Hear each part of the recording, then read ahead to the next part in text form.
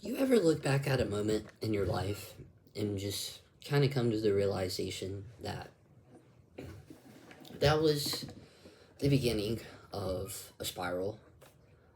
Not because it seems dangerous at the time, but honestly because you had no idea what pain could turn you into. At 18 years old, I thought I understood what love actually was. I think that I think that's a common similarity for all of us. I thought I understood heartbreak, and ironically, I thought alcohol was just something people used to have fun. I didn't realize I was about to start using it to escape myself. And the scary part, nobody around me thought any of it was unusual. When I graduated high school, my life was changing pretty fast. I had enlisted into the Army during my senior year, and for the first time in my life, I felt like I had direction.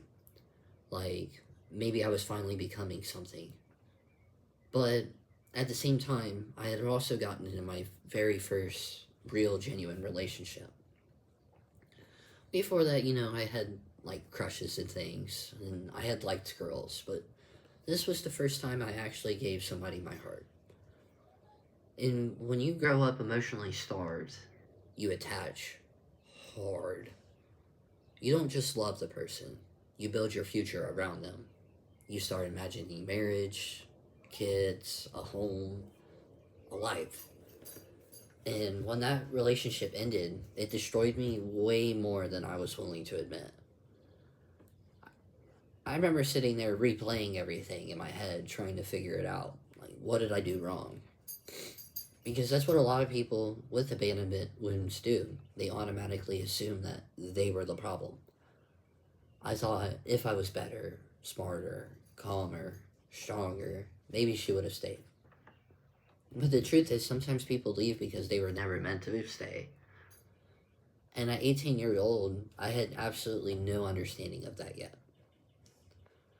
A couple of days after the breakup, I was at work talking to one of my managers who had become a really close friend of mine, and he could tell I was wrecked emotionally.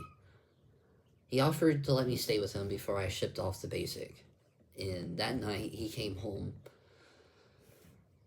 with a couple bottles of liquor. Now, understand, I had taken shots before, but I had never drank like this. And because everybody around me glorified drinking, I already had this curiosity about it. So we started drinking. Then drinking turned into venting, and venting turned into emotional flooding. The more I drank, the more honest I became. I started talking about the breakup, talking about how hurt I was, and talking about how confused I felt. And eventually, I blacked out completely. I woke up the next morning in a bathtub covered in vomit. Puke was everywhere. The tub, the toilet, the floor, and I barely even remembered the night before. My friends started telling me what happened, and apparently I had cried over this girl for over an hour. And at one point, I picked up a bottle, thinking it was whipped cream, and started chugging vodka. That was my introduction to drinking. Not celebration, not fun, but pain. That is what introduced me to alcohol. And looking back now, that matters. Because most addictions don't start with pleasure, they start with escape. Looking back now, I honestly think I had some level of alcohol poisoning that night. Because for 4 days, I barely moved. I couldn't eat, I couldn't function, I couldn't even think straight. But even while I was laying there sick, I was still blowing my ex up trying to fix things. And that's how attachment works sometimes. Even when something is killing you emotionally, you still chase after it. You still beg for answers. You still want closure from somebody who already left. And nobody teaches young men how to process heartbreak. Most men are taught, man up, get over it, go drink, go sleep with somebody else. So instead of healing, a lot of us numb ourselves. And that's exactly what I started doing.